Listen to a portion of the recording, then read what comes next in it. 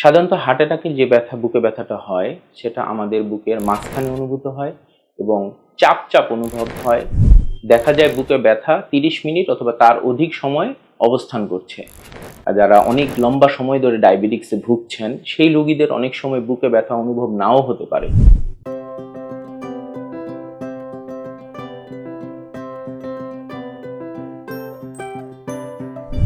আসসালামু আলাইকুম, আমি ডক্টর খন্দকার রেজওয়ানুর রহমান। বর্তমানে কর্মরত আছি হৃদরোগ ইনস্টিটিউট, ঢাকা, এবং নিয়মিত চেম্বার করছি ইরাজি lab diagnostic and consultation centre, Hasnabad, দক্ষিণ কেরানীগঞ্জ। বর্তমানে আজকে আমরা যে বিষয়টি নিয়ে কথা বলবো সেটা হচ্ছে বুকে ব্যথা হলে কখন ডাক্তারের কাছে শরণাপন্ন হবেন।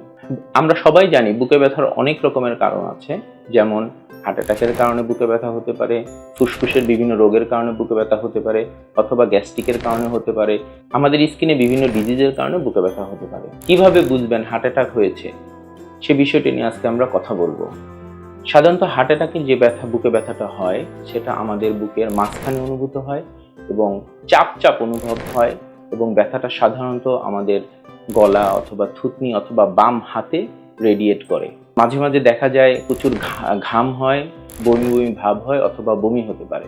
দেখা যায় বুকে ব্যথা 30 মিনিট অথবা তার অধিক সময় অবস্থান করছে। বুকে ব্যথা হলে আমরা কি করব? আমি ছোট্ট একটা পরামর্শ আপনাদেরকে দিব। কিছু রিস্ক ফ্যাক্টরের কথা আমাদের মনে রাখতে হবে। সাধারণত যে সকল পেশেন্টের হাইপারটেনশন, ডায়াবেটিস মেলাইটাস, ফ্যামিলি হিস্ট্রিতে হার্ট অ্যাটাকের হিস্ট্রি রয়েছে, তাদের ডিসলিপিডেমিয়া রয়েছে, এবং আমাদের মহিলাদের মধ্যে অনেকেই অনেক লম্বা সময় ধরে জন্ম নিয়ন্ত্রণ বড়ি অথবা ওরাল কন্ট্রাসেপটিভ পিল খেয়ে থাকেন।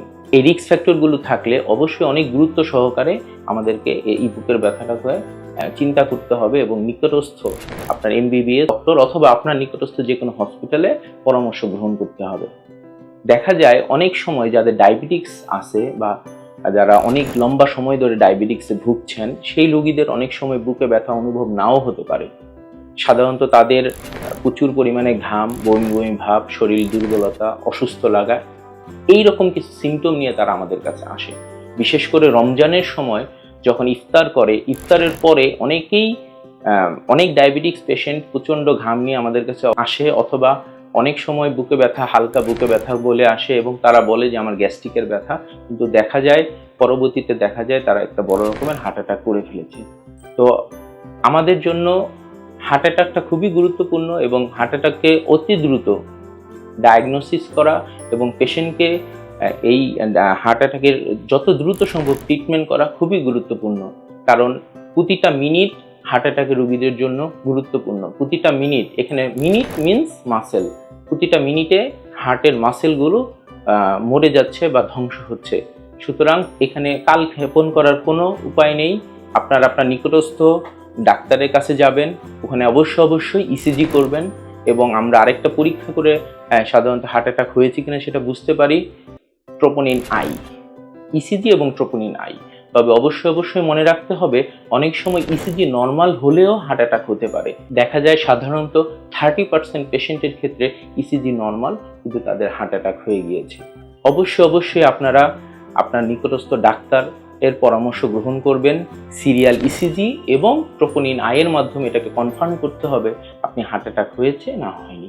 তবে একটা ছোট বিষয় আপনারা খেয়াল রাখবেন, বুকে ব্যথাটা সাধারণত হার্ট অ্যাটাকের বুকের ব্যথা বুকের মাঝখানে হয় এবং চাপ অনুভব হয়।